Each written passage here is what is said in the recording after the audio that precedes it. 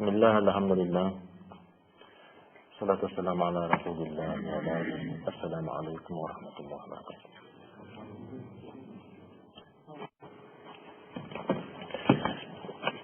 İslam tarixindagi hozirgi Saudiya Arabiyasi joylashgan region Najd jana Arzu Hijazda bo'lgan o'qiyalarning tarixini to'xtalganmiz. Jana dunyoga har qanday yaxshi jana jamoat bilan belgi bo'lgan Muhammed Abdulvahhab degan kishining tug'ilgani jana ishlari o'ylari janында o'ylari degan yerine to'xtalgan. Bu sabaqlardan bardығы filosofiya emas, bir adamdan oy emas, tarihi faktlar. Muhammed Abdulvahhab dağı mınday degan. Menin dinim jana aqidam 4 mazhab imamlarının aqidasında ele ahli sunna vel cemaat mazhabı. Menin fikri karşılaşlarım men jönünde mınday deşen. Muhammed Abdulvahhab mazhab kitaplarını jokka çıgarat. Al 600 yıldan keyinki adamlar hiç kim emas deydi. Al men özüm mujtahid bolup kalganım. Başka mujtahidlerdi to'g'ritmayman deydi. Al hech bir mazhab başçısına elçilik. Tağal aytat, ulamaların talaşı Allah'tan ölçü deydi. Tağal oğlayalarda ortamçı kılgandardı kafir degen. Al bu siri akındın o uluk zat deb baştalgan ürü üçün anı kafir degen.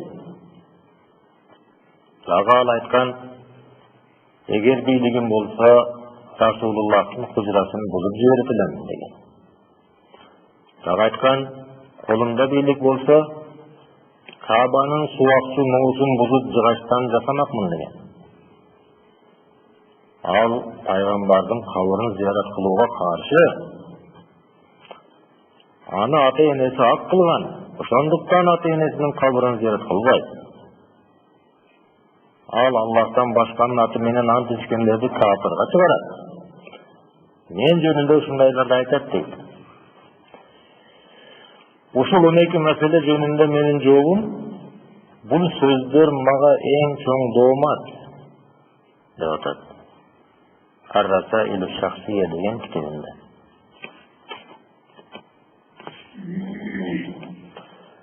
Muhammed Abdulvahhab menen Zür'iyye emiri Muhammed ibn Saud dini dalilder menen hayati күчтү biriktirgenden keyin Najd yerinde bularga teң kelgen күч kalbay kaldı. Tavhid dinin dalil jana sayasattın küçü menen jayıltı oturup Makka jana Medinаны da mürze kullarının kolundan azat kılıştı. Makka jana Medinaga çeyin sufilik, mürzege sıyınu eğilip algan edi. Oşol jahiliyadan azat kıldı. Al yerlerdeki mazar bolup elder sıyınıp kalgan kümbözdördü kimdiki bolgonuna karabay bulup çalıştı. Albatta tavhid tuğusun kötörgönlerge arkaysı zamanda çoğun toskoğuluklar bolup agada boldu. Sufi maşayaklarının arızdanısı menen Türkiye jana Mısır'dın bilgeleşken kişleri tavhid askerine karşı kozgoldu. 7 yıldan köbürök möhnet arkanday kırgınlar, soğuşlar, jеңүүлөр yana jеңилүүлөр boldu.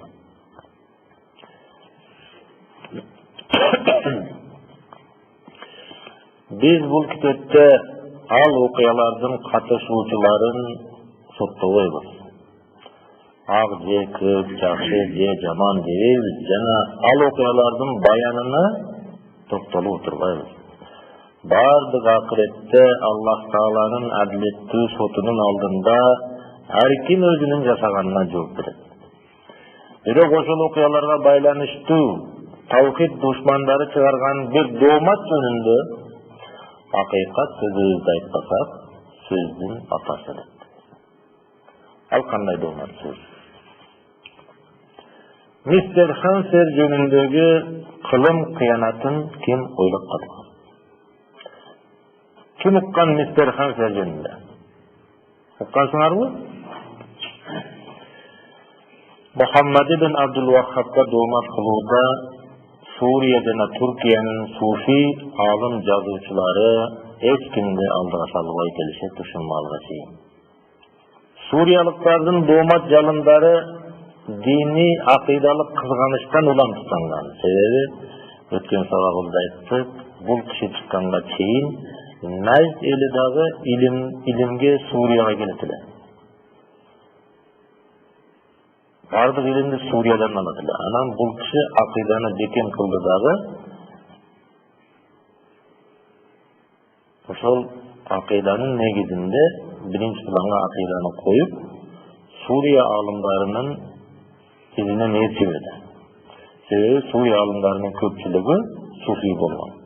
Жана мүрзилерге сыйынууну актаган алымдар болгон. Демек, булардын доомат жалындары диний акыйдалык кызганычтан улам тутанган болсо, туркиялык саясатчы алымдардын душмандыгы саясий кызганычтан улам жалындаган.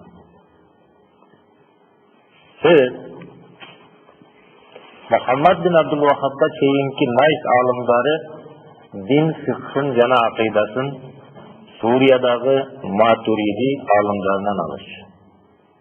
Мухаммад Абдулваххаб ушул фактты бузуп, акыйданы дагы, фикхты дагы эң оболу түздөн-түз Куран сүннөттөн, андан кийин Куран сүннөткө ылайык келген салафы салих уламаларынын китептеринен ала баштады. Бул киши чыкканга чейин түрктөрдүн Осман империясынын бийлик укуругу Найз жерине жетпесе дагы, ага чегаралаш болгон Хижаз жерине жетип, Макка менен Мединаны өзүнө каратып алган эле.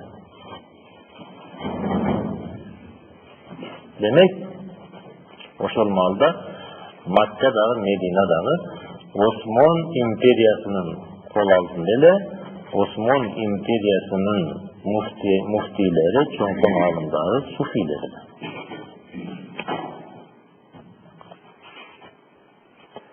Мухаммад Абдулваххаб менен Мухаммад бин Саудтун биригүүсүнүн натыйжасындагы диний саясий кыймыл бүт Араб жарым аралына жайыла баштаганда, Осман империясынын императору өзүн халиф деп атаган Султан Махмуд алардын дааватын жок кылуу үчүн Мисирдеги наместниги Мухаммад Али Пашаны аскер даярдап согушка жиберет. Согуш болгон, ким баштады согушту? Эки арада согуш оту тутанган. Бул жаңжал акыры барып түрктөрдөн араб жерлеринин бошотулушуна себеп болду. Согуш болгондо ар ким ар кандай союзник табат. Ал өзүнчө маселе. Мына ушул себептерден улам Суриялык, Туркиялык кээ бир алымдар менен жазуучулар суфи жана шия бийлик башчыларынын тапшырмасы менен Мухаммад Абдулваххабты каралоо компаниясынын көч башында болуп, ар кандай доомат маалыматтарды таратып келишет. Ошондон ушул маалга чейин.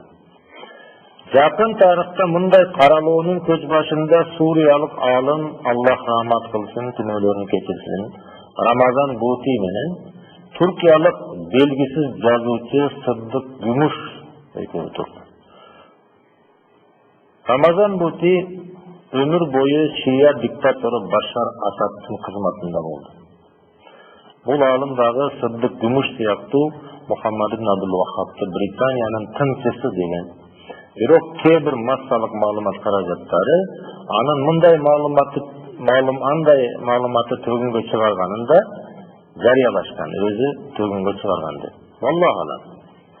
Ал эми Сыддык Күмүш деген адам реал жашоодо барбы, же болусу андан башка өзүн таанытууну каалабаган бир кишинин, же бир топтун псевдонимиби, муну аныктоонун мүмкүнчүлүгү болбоду.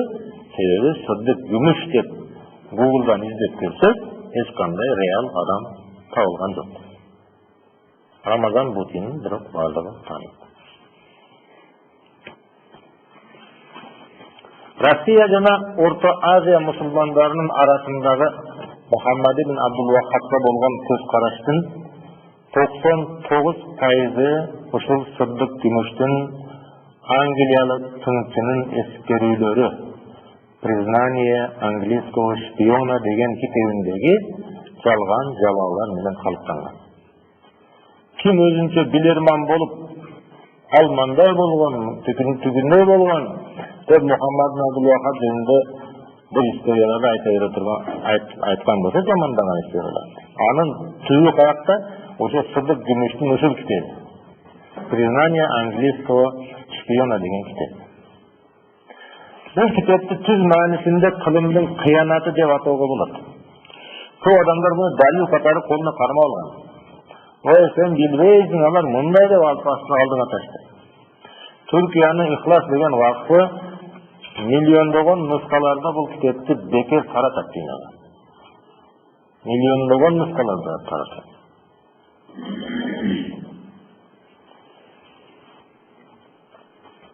Бұл китеп чын сөз мәнісінде қылымдың қиянаты. Себебі белгісіз автор тарабынан мистер Хэнсер деген ойдан шығарылған, фантазиядан шығарылған каармандын тилинен баяндалған бұл китепте Мухаммад Абдулваххабка чоң доомат жана акыйкатка кыянат катылган. Китепте жазуучу боюнча мистер Хэнсер деген Англия разведкасынын полковниги Мухаммад Абдулваххабты 10 жашында жолуктуруп, аны бузуп, өзүнө кылматчы кылып алат. Вергуфта кылып кызыктырып. Азыр эми толук кошулабыз.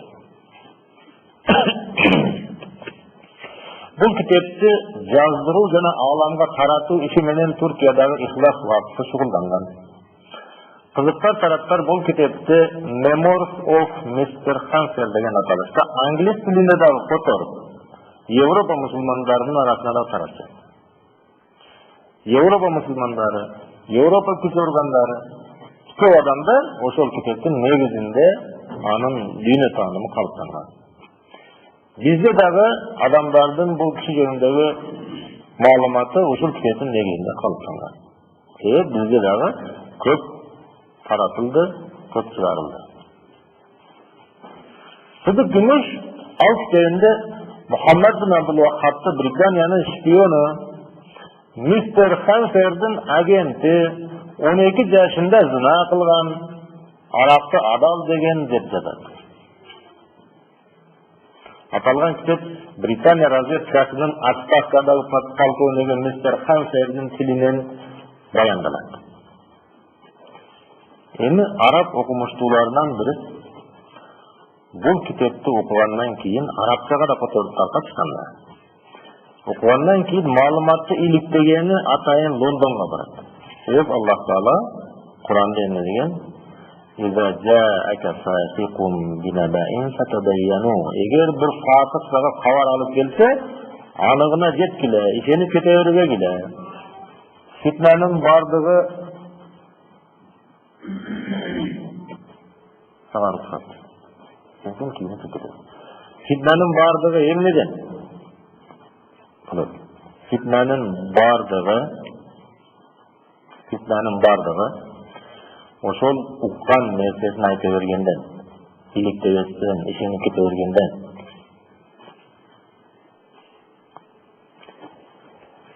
Ошентип бул киши кабарды алды, араб тилине которулган жанагы мистер Хансердин эскерүүлөр деген китепти араб тилинде окуду дагы, маалыматты иликтегени атайын Лондонго барды. Оолу Британия энциклопедиясын алып, мистер Хансер дегенди издеди. Мухаммад Абдулваххабка тиешелүү мындай ысымды мистер Хансер деген болгон, Англиянын шпиону болгон, полковник болгон, Мухаммад Абдулваххабты вербовка кылган деген маалыматты капкан жок Британия чечилиши. Анан тааныштары аркылуу 1000 сага рухсат дедим, а? Я. Дагы суюк кылып турасың. Астагфирулла, ушундай адам урмат кылбайсыңбы? Я. Өчүрүп коюш керек.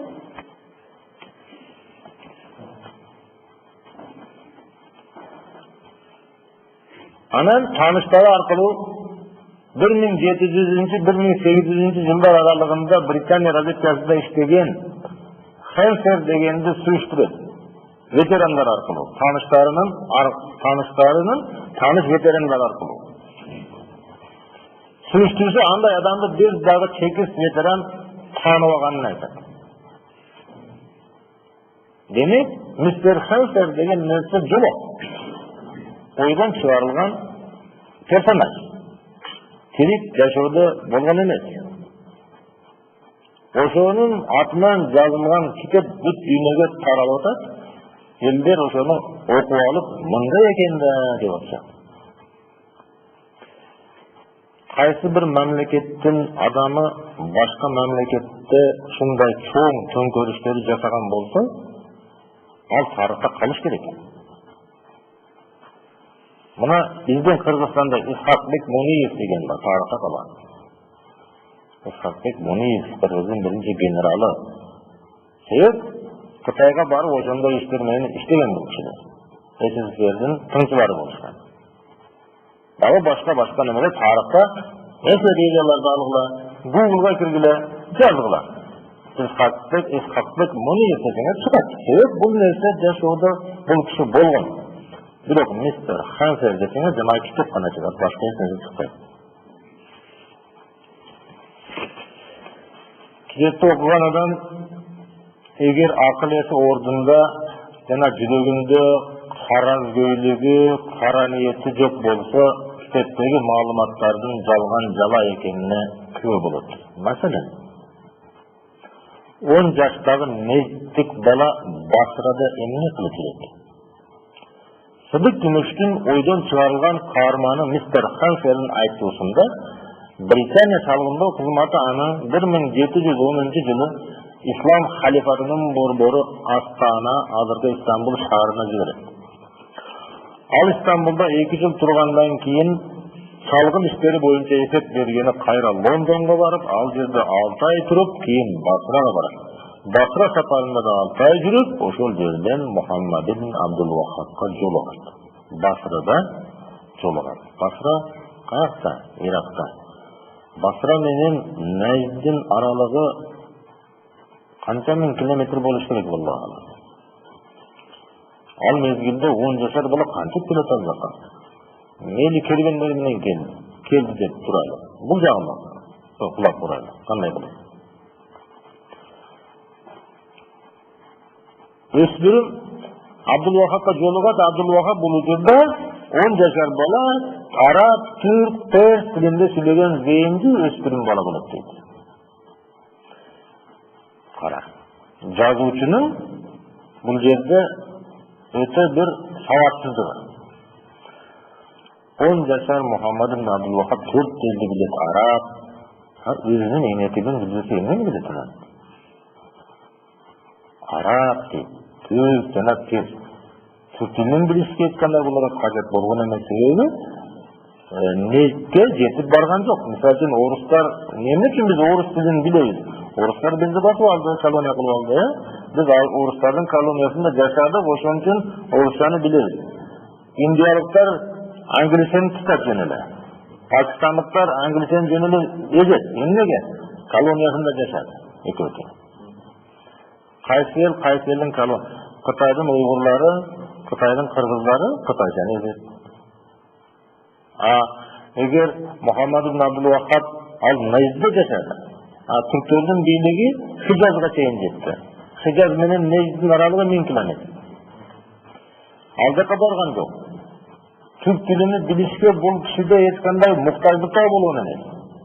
жанагы ишкабалдары же башкалар түрк тилинде болот деп айтсак.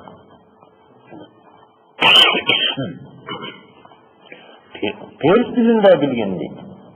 Перс тилинде эч кандай муктаждык болгон эмес перс тилине.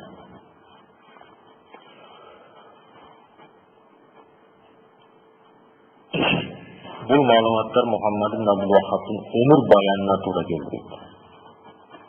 Тарыхый так маалыматтар боюнча Мухаммад Абдулваххаб 10 жаш курагында Куранды толук жаттап, анан атасынан илим алып, мөздүн уяйына шаарында эле жүргөн. Тарыхый факт болсо мындай дейт. Бул киши 10 жашында мөздө эле жүргөн, уяйына өзүнүн шаарында эле жүргөн. Жүргөндө да кантип жүрдү? 10 жашында Куранды толук жаттады болду. 10 жашында Куранды толук жаттады. Кантип жаттайт? 7 жашта баштаган болду мисалы. Куранды жаттаган карылар бар го арабызда. Мураттап. Билет. Куранды көтөрүш деген нерсе кандай машакат? Куранды көтөргөн адам саякаттап 2000 километр нары жака жүрбөйт. Куранды көтөргөн 10 жашар бала.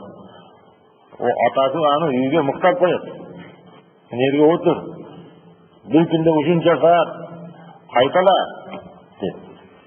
Жаш бала, жаш дей менен 4 жыл, 3 жыл, 4 жылда жаттасын дейлик. 7 жашта баштаган болсо, мисалы үчүн 3 жылда жаттаса, 3 жылда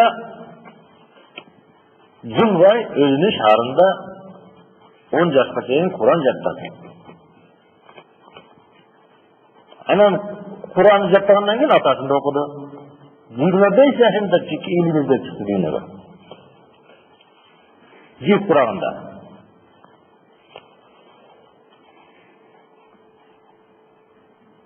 Basra Mosul şehirlerine bolsa, öspürüm kuraktan ötüp jigit kurağında bargan. Janagı Sıddık degen attan aylanıp ketkir Sıddık Gümüş, atı Sıddık emes. Özü jalganчы. Atı Sıddık. Ошончун айтабыз, Sıddık деген аттан айланып кеткен Sıddık Gümüş, өз уялыбастан өз оюнан чыгарган мистер Хансердин тили менен дагы мындай дейт.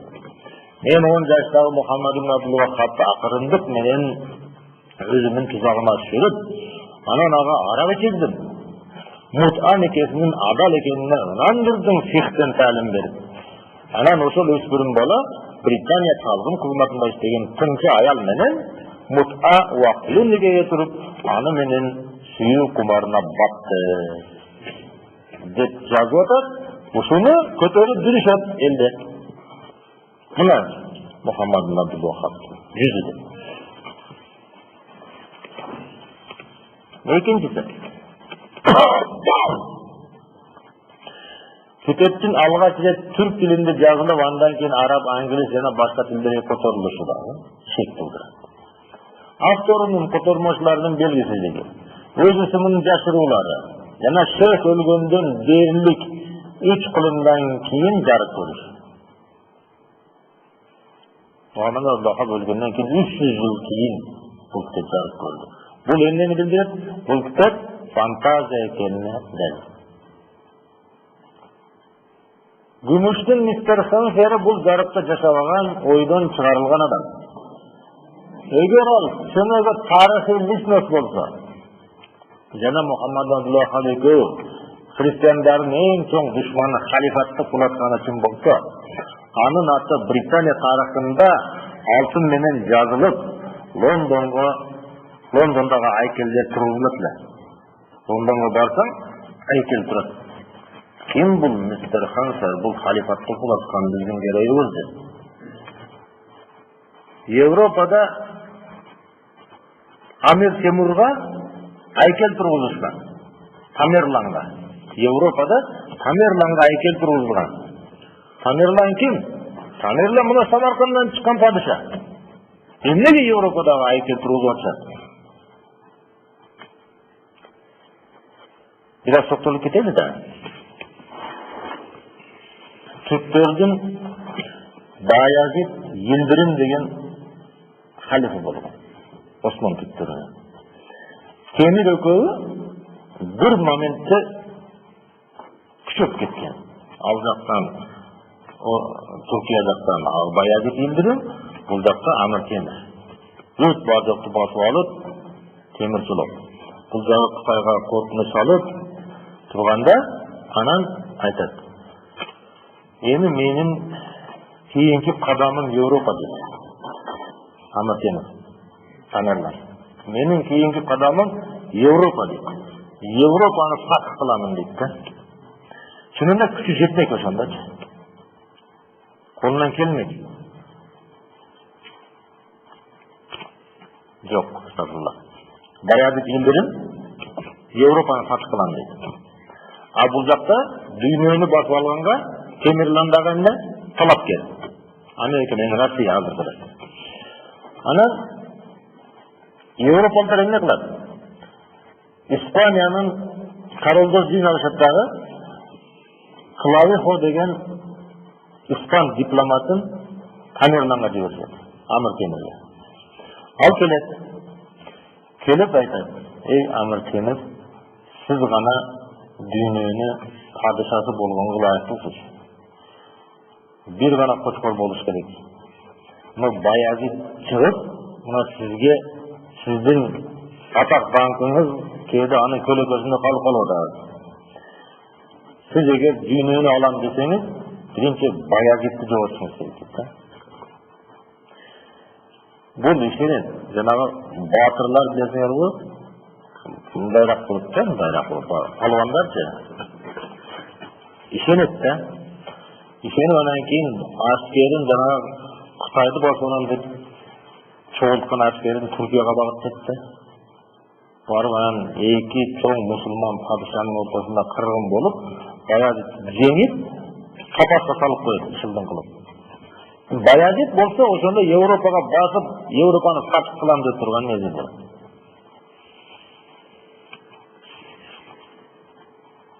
Эмне үчүн Европалыктар темирге айкел орнотtu? Европаны сактап калып атпайбы бул? Темир.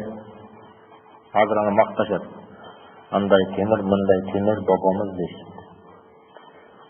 Бирок жакшы жактарда болгон, жаман жагы көп болгон болчу. Көп баскын кылган, көп адам өлтүргөн, адамдардын баштарынан мунара курган деген немелер бар. Себеби канында Чыңгыздын каны бар да, тамырында.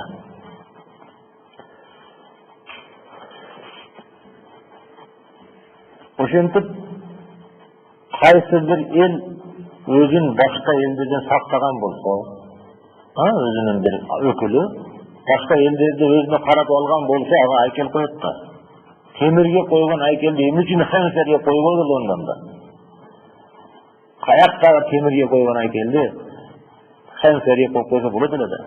Эгер тарыхый инсан болсо, себеп бүт халифатты алып курап берет да Мухаммад Абдулваххаб. Эгер чындык болсо, ага айкел коюлмак.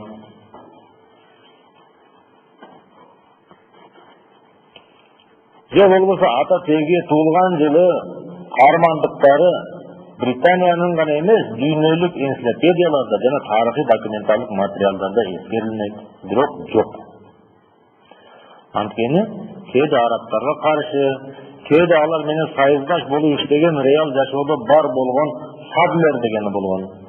Англичандардын Лоуренс Аравинский дегендер болгон, кинолор иштеген ал жөнүндө. Британия аскерлери жөнүндө бардык энциклопедияларда жазылган, бардык документтерде бар. Бирок хансер деген адам жок. Гүмүштүн хансеринин эскерүүлөрүн окуган адам, мистер Хансер христиан эмейле мусулман турбайбы деп ойлоп калышы мүмкүн. Себеби мемуардын оңго жакын жеринде эскерүүчү христиандарды жана Англияны ашата шыбап исламды мактап жазган.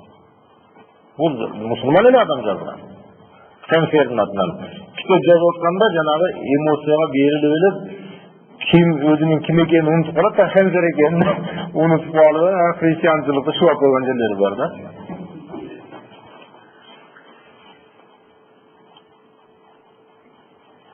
Бул факт мемуарда христиан эмес, каразгөй мусулман, же мусулмандардын бир жамааты жазгандыгына кашык кайган далил болот. Müsterhan şehrin eskerilerinde eskirilgen Muhammed Abdulvahhab'ın dini köz karaşı bilen ömür bayanı Arap kana emes, Avrupalık tarihçiler tarafından yazılgan sınırlı tarihi ömür bayanlarına jana realdуулukka tatkakır karıştırır. Sıddık'ın ördek senseri Muhammed Abdulvahhab şiyalar menen dost bolgon deken ayttıktı. Şeyh'in şiyalarga kanday muamelede bolgonun biz jogorda ötken anın kıskaça ömür bayanından bilgenбиз. Ondan sırtları şeyh şiyalarga Risaletun firraddi ala rafidiyya rafidalarga qayısı diye atılgan kitap yazgan. Gümüştün joktan tapkan senseri Muhammed Abdulvahhab tör mazhabtın birini de ertibeydiler. Jana ahli sünneler mazhab karmabaş gerek dep aytadilar degen jana kitapta жазылган jeri бар. Өзүңөр каяктан келип отур маалыматтар. Ошол китапта бар. Ушундай дейтилер дегенсиз. Чынында Мухаммад Абдулваххаб Ханбали мазхабында болгон, мазхаб кармаган. Калган мазхаб башчыларынын фатваларында да таянышын алымдарга жазган каттарында ачык айткан. Азыр ошо алымдарга жазган катта архивтерден келтирилген ал кишинин каттарынан чөбөт архивларды окуйбуз. Айтып نحن مقلدون للكتاب والسنة وصالح سلف الأمة. Biz kitapga ertiyuz, sünnetga ertiyuz, ümmetin salaflarına, salaf salihga ertiyuz. وما عليه الاعتماد من أقوال الأئمة الأربعة. Dört mazhab başçılarının aytkanlarına da tayanabız diyor. Abu Hanife, Nu'man ibn Sabit'in aytkanlarına da tayanabız diyor. Malik ibn Anas, Muhammed ibn İdris, Ahmed ibn Hanbal, rahimahumullah, Allah'da Allah rahim kılsın. Uşuların sözlerine de tayanabız diyor. Cevap et. Bakın Davayt otur. Amma mazhabuna fa mazhabul imam Ahmad. Men mazhabım var, mazhab karman, men Ahmad ibn Hanbal'ın mazhabını karmayman. İmam ahli sünnet, alkiyem Ahmad ibn Hanbal, ahli sünnetin imamı. İmam ahli sünnet degen lakapsı Ahmad ibn Hanbal'a alımların özleri verişken. Ahli sünnetin imamı dedi. Usul kişinin mazhabını karmayın da otur. ولا ننكر على أهل المذاهب الأربعة. Yani Hanbal'ı karmasamını başkalarını kötü kaptayım. Başkaları da biz tanıyoruz da otur. İza lem yuhalif nesel kitabı ve sünnet.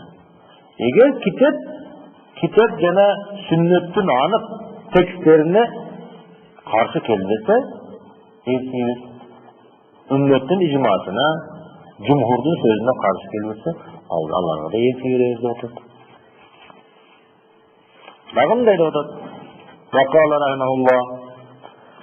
Ve ammel mutaakhirun rahimahumullah fekutubuhum indana. Kiyinki alımlar alardın kitapları aldığımızda turat. Na'melu bima vafakan nessa minha. Al kitaplardan biz Kur'an sünnetke layık bilginlerdi amal kılavuz. Kaysı mazhabı bulunmasın amal kılavuz. وَمَا لَمْ يُوَافِقِ النَّسَّ لَا نَعْمَلْ بِهِ. Biroq Kur'an sünnetin tekstlerini dal kelbegenlerine qaysi mazhabı bolsa dağı amal kılmayız. Buna al kişinin azizler.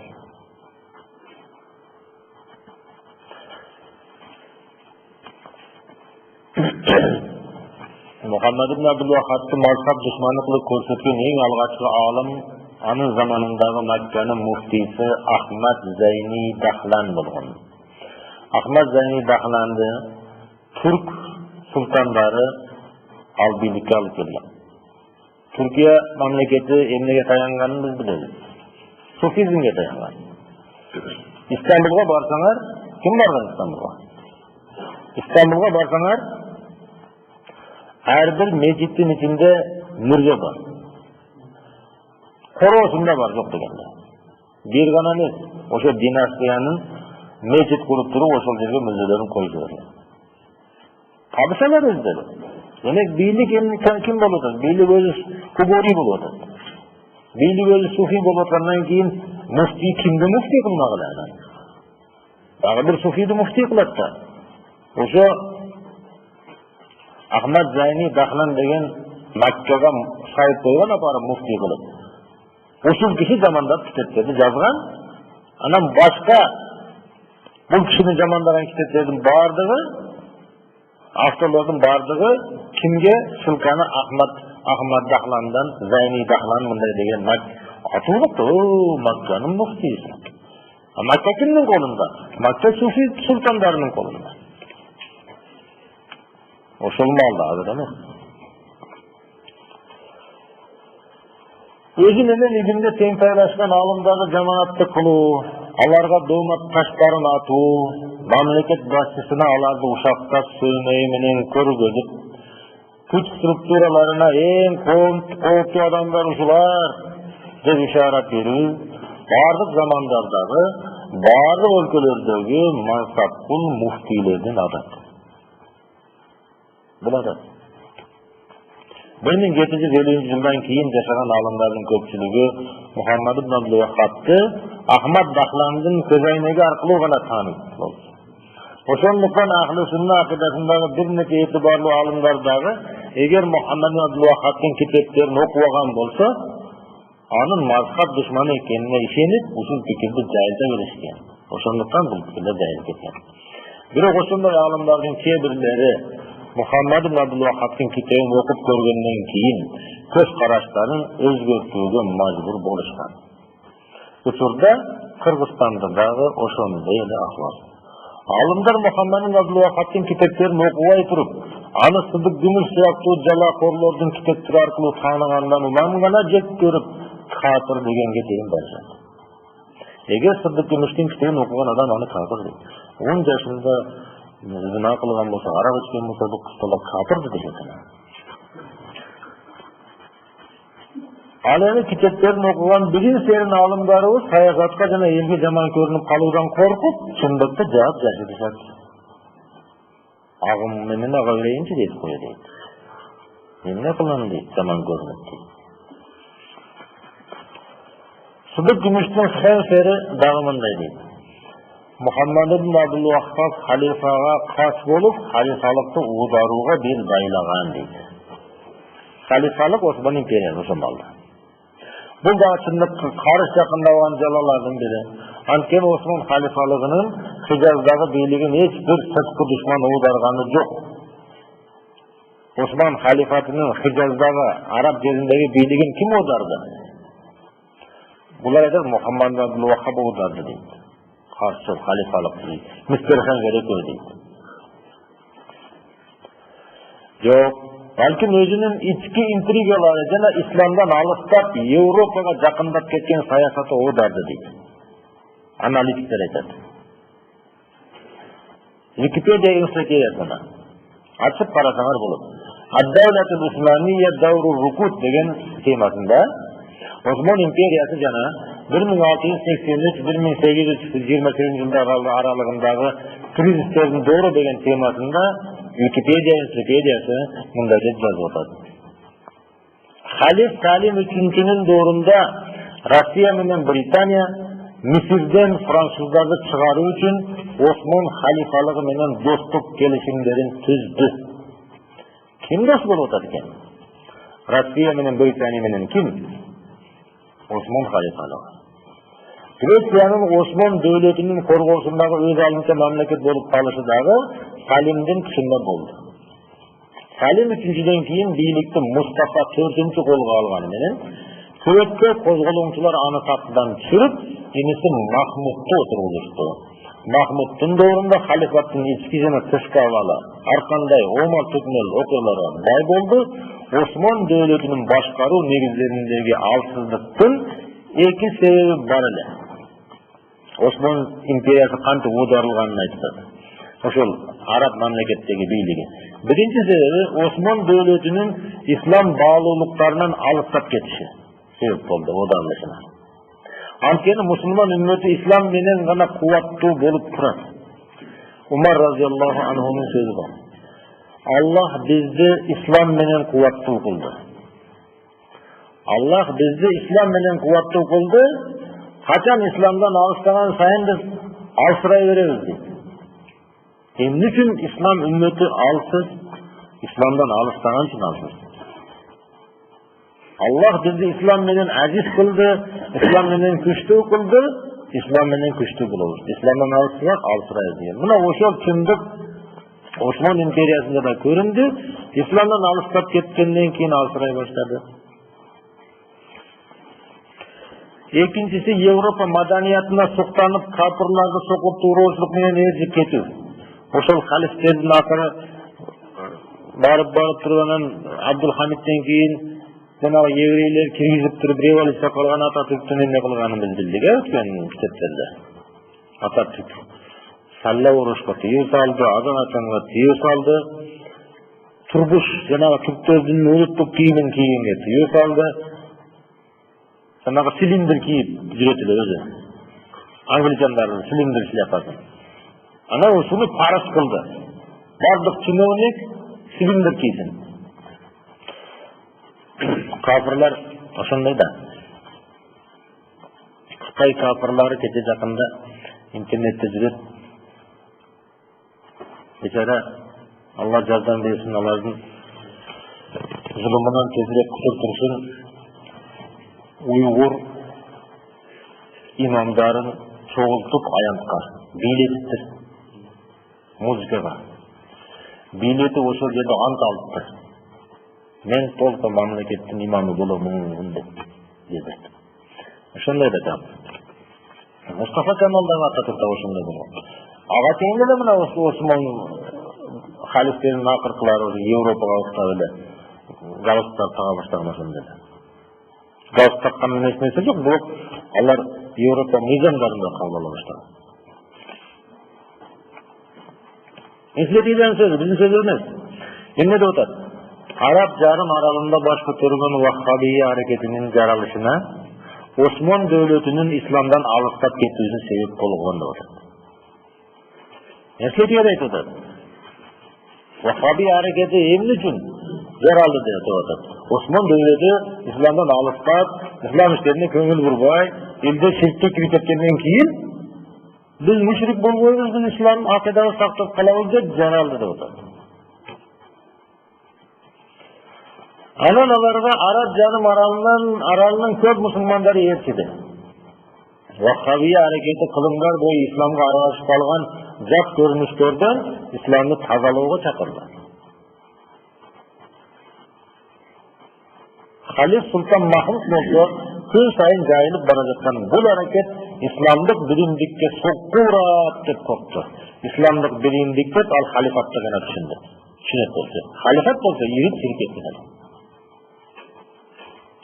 Жана аны ордунда жанчып жок кылуу үчүн өзүнүн Мисирдеги наместниги Мухаммад Али Пашаны Нальтка куралдандырып жиберди. Мухаммад Али тапшырманы аткарып, ваххабия аракетине каршы аяусыз күрөштү. Кийин Мисирде реформа өткөрүп, Европа мыйзамдарын өзү алып келди.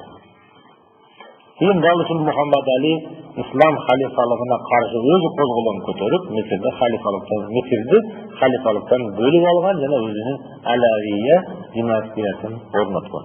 Азыр мына түрк туугандарыбыз окуткан балдар бар. Жанагы докторлор бар го. Аты уулу доктор да. Карасын карасаң курук.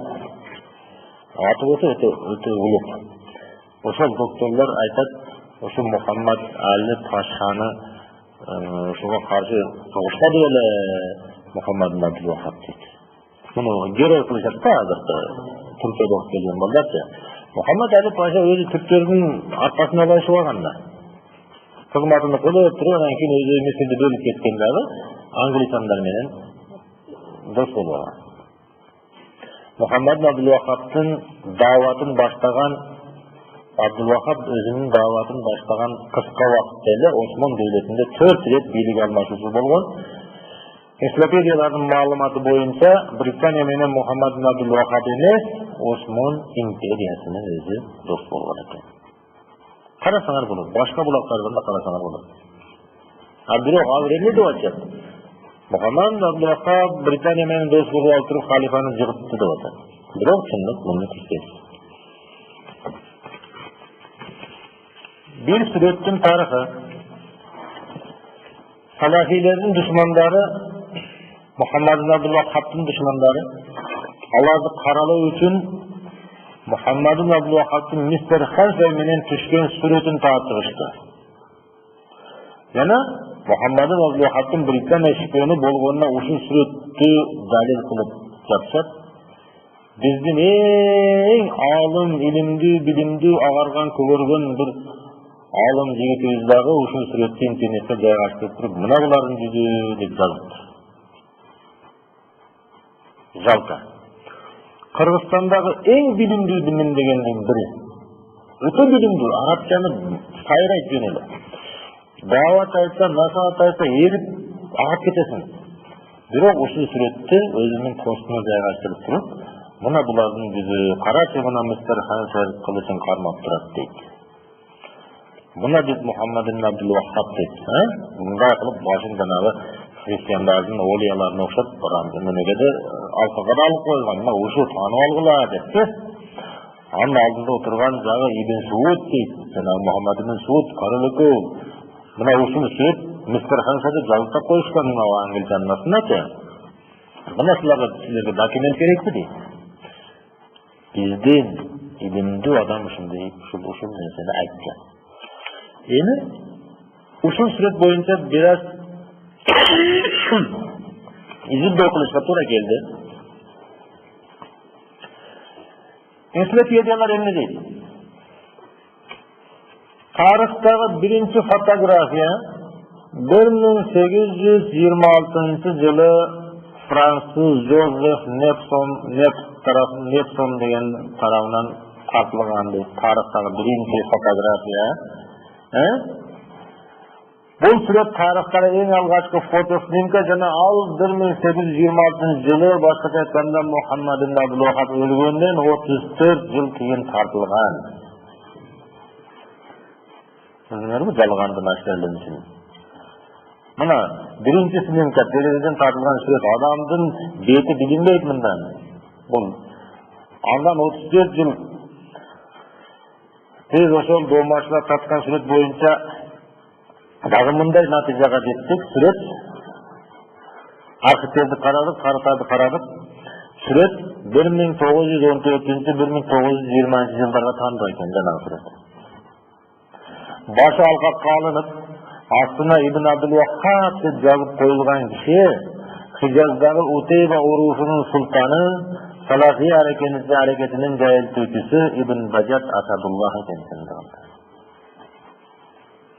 Anlatına, ağzına kimdi yazdı? Muhammed Abdulvahhab деп жазып koysan, karakana mı? Bu Mr. Hanser eken.